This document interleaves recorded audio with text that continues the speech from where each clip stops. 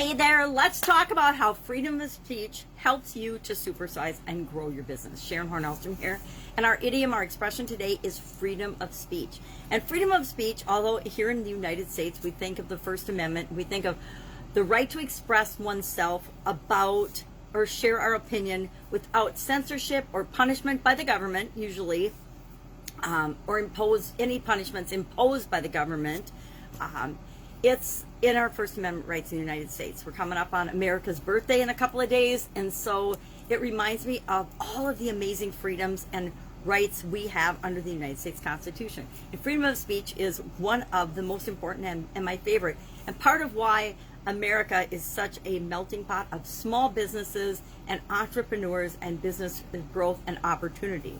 But the First Amendment right, and we think that it comes from America, but the freedom of speech, it actually comes from a word parrhesia or something, which is a ancient Greek term that dates back to freedom of speech. It means freedom of speech in English, and it dates back to the 5th century BC. It's a Greek word that goes all the way back to 5th century BC. So thousands of years old, thousands of years, the concept of freedom of speech, being able to share your opinion or state your opinion, maybe not even share it, but just have your opinion without feeling like you're going to be oppressed or censored or in any other way punished.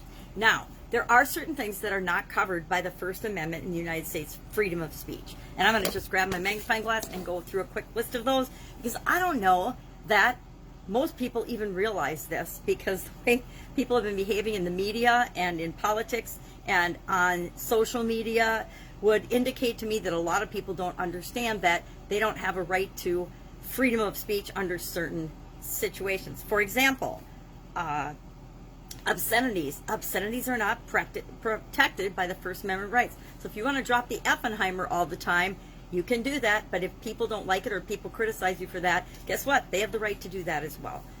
And you can be censored or fined depending on your community for using obscenities. Fraud is not covered by freedom of speech. Child pornography is not covered by freedom of speech. Speech integral to illegal contact or illegal conduct is not covered by freedom of speech. Speech that incites imminent lawlessness or lawless action is not covered by freedom of speech. So terrorist messages and inciting riots or crimes, those are not freedom of speech, people. Speech is that violates intellectual property, so you can't steal other people's property. That's not covered by freedom of speech. True threats are not covered by freedom of speech, so you're not allowed to threaten people. You're not allowed to harass people. You are not allowed to talk about committing crimes with other people. None of that is protected by freedom of speech. Commercial speech, such as advertising, is not covered by freedom of speech. So there can be rules and regulations and limitations to what you can say or claim in advertising. That's a biggie for business owners, right? You cannot claim that your product does things that it doesn't do. You're not covered by freedom of speech. Defamation that causes harm to, can't remember any, to reputation. It's a tort, but it also is an exception to freedom of speech. So you cannot defame people. I got to tell you, I think the media and people on social media do a whole lot of defaming and bullying. Bullying is a tort and a crime. All of those things are not covered by freedom of speech. Okay, so now we know all the things that we cannot do. So how can we use freedom of speech, and how does freedom of speech help us to grow and build and supersize our businesses? Well, in many ways. Nowhere is it easier to start and lead and create the business that you want, the business of your dreams, the business you want to make the world a better place, than in countries where there is freedom of speech and freedom of opportunity. I personally believe the United States is the bedrock of that belief system and foundation. Maybe because I've lived here my whole life and I'm a little prejudiced in favor of the good old USA. But I know all of the opportunities that I have personally been afforded, and people that I know and love and care about and have interacted with for decades have been afforded because we live in a country that has an incredible amount of freedom of speech. So how do you incorporate freedom of speech into your business and growing your business? As we add people and different sets of beliefs to our organizations, it can be a challenge, right? It can be a challenge for everybody to understand that it's okay to believe things that are different than the people that you work with. Just like in a family, does everyone in your family have the exact same beliefs and agreements about every topic under the sun?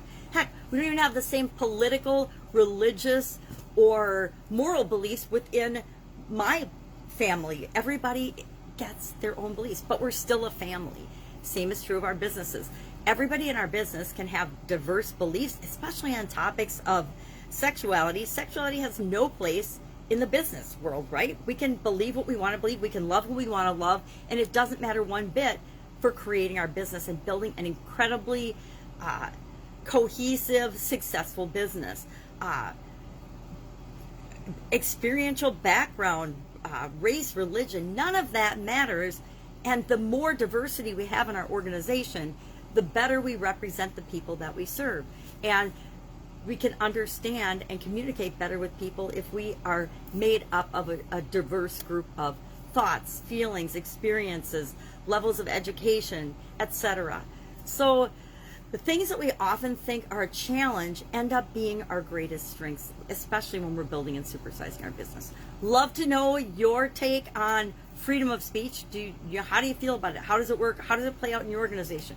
In my businesses, there's just certain topics that we know are highly charged emotionally, and we just had an unwritten rule that we didn't discuss them at work, especially when making Italian food and when everybody's job is dependent on everyone else's because it's more of a manufacturing line type of situation.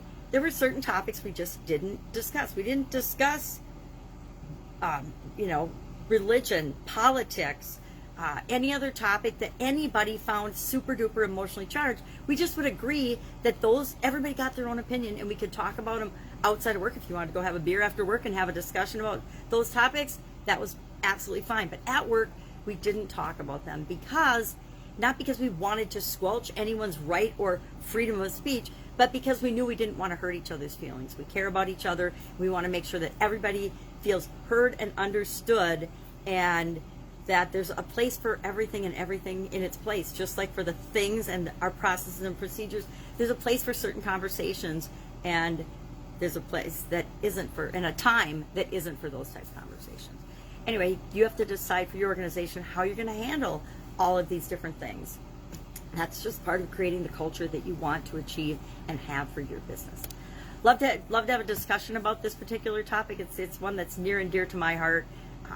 I worked in a lot of organizations in corporate America where I was in charge of putting in place the programs for diversity and the programs for how we treated one another. I guess the culture. That's it. Have an absolutely amazing day. Go out, speak your mind, but make sure you're not defaming, child pornography, obscenities, fraud, false advertising, etc. Have an awesome day, and I'll of course be with you tomorrow with another interesting idiom. What does it mean? Where does it come from? And how might you use it in your business and your life right now? Take care.